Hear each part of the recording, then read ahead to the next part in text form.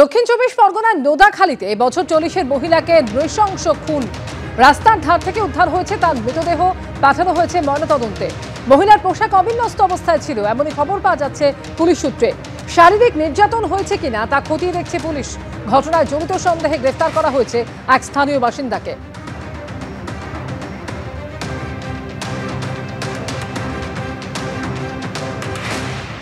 গোয়ার নাইট ক্লাবে ভয়াবহ অগ্নিকাণ্ড, পর্যটক সহ মৃত্যু 25 জনের, অগ্নিদগ্ধ আরও অনেকে। আহতরা ভর্তি গোয়া মেডিকেল কলেজ হাসপাতালে। গ্যাস সিলিন্ডার বিস্ফোরণের জেরে আগুন, এমনটাই অনুমান দমকলের। অন্য কারণগুলিও খতিয়ে দেখছে পুলিশ ও দমকল। উচ্চ পর্যায়ের তদন্তের নির্দেশ গোয়ার মুখ্যমন্ত্রী।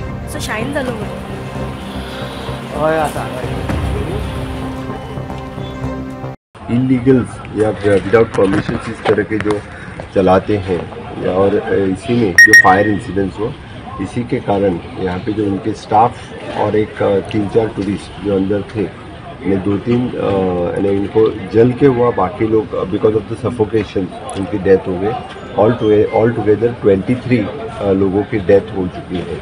गोवा सरकार की तरफ से पूरी उसकी इंक्वायरी की जाएगी और जो कल्प्रिट इसमें हैं जो उनको बिहाइंड द बार्स किया जाएगा। This is the first time at least 10-20 साल में तो पहला इंसिडेंट।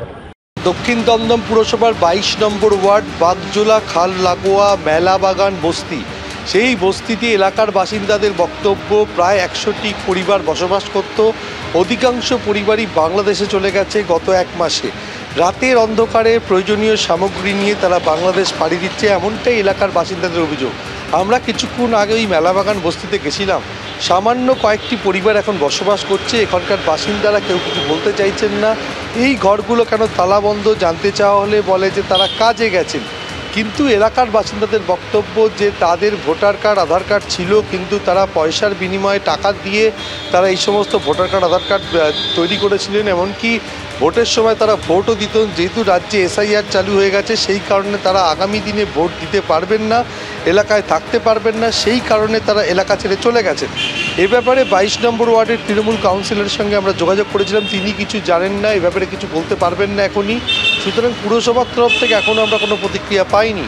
এলাকার বাসিন্দাদের বক্তব্য, গত এক মাসে তারা ধাপে ধাপে এলাকা ছেড়ে চলে যেতে শুরু করেছেন। মূলত এরা সাফাই কর্মীর কাজ করতেন। একেবারে বাগজোলা খাল লাগোয়া যে বস্তি, সেই বস্তিতে এরা বসবাস করতেন। এই মেলাবাগান বস্তি, সেখানে দেখা যাচ্ছে অধিকাংশ ঘর তালাবন্ধ। সামান্য হাতে গোনা কয়েকটি পরিবার তারা বসবাস করছেন, এবং যারা বসবাস করছেন তারা কিছু বলতে চাইছেন না ক্যামেরার সামনে। আমরা ছবিতে দেখতে পাচ্ছি ঝুপড়ির একের পর এক ঘর তালাবন্ধ অবস্থায় রয়েছে। স্থানীয় বাসিন্দারা কি বলছেন ঠিক দেখুন। 100 খানা পরিবার তো থাকতোই, এরা নেই প্রায় দু সপ্তাহখানেক মতো নেই।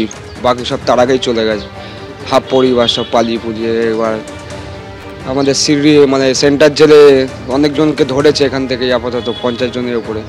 হ্যাঁ, এবার বাকি লোক সব, এরা সব ছিল 20-25 বছরের ওপর থেকে ছিল। এরা সব বাংলাদেশ থেকেই এসেছিল এপার হয়ে। নেই আধার কার্ড, নেই কিছু। ভোটও দিত এরা, প্রত্যেক বছর ভোট দিত এরা। সেই ভোটগুলো তো এখন কী করবে, সেই জন্যই তো এরা ভয় পেয়ে গেছে, সব চলে গেছে। তা কে জানে, কিন্তু অর্ধেকজন সব বাংলাদেশেরই ছিল। এখনও আছে যে কজন, সবাই বাংলাদেশেরই লোক। আমি আরো একবার চলে যাব আমাদের প্রতিনিধি সমীরণ পালের কাছে। সমীরণ, স্থানীয় বাসিন্দার বক্তব্য আমরা শুনলাম। তিনি বলছেন যে ঝুপড়ির বেশিরভাগ বাসিন্দাই বাংলাদেশের নাগরিক ছিলেন, এবং তারপরে এই একের পর এক ঘর যেভাবে তালাবন্ধ অবস্থায় পড়ে রয়েছে, 1 মাস ধরে তারা চলে গেলেন বাংলাদেশে এবং কেউ কিছু টের পেল না। না সুকর্ণা, দেখো, এলাকার বাসিন্দারা যারা লাগোয়া এলাকায় বসবাস করে তারা টের পেয়েছেন। রাতের অন্ধকারে প্রয়োজনীয় সামগ্রী নিয়ে তারা গাড়ি নিয়ে তারা চলে গেছেন এবং বাংলাদেশেও পাড়ি দিয়েছেন।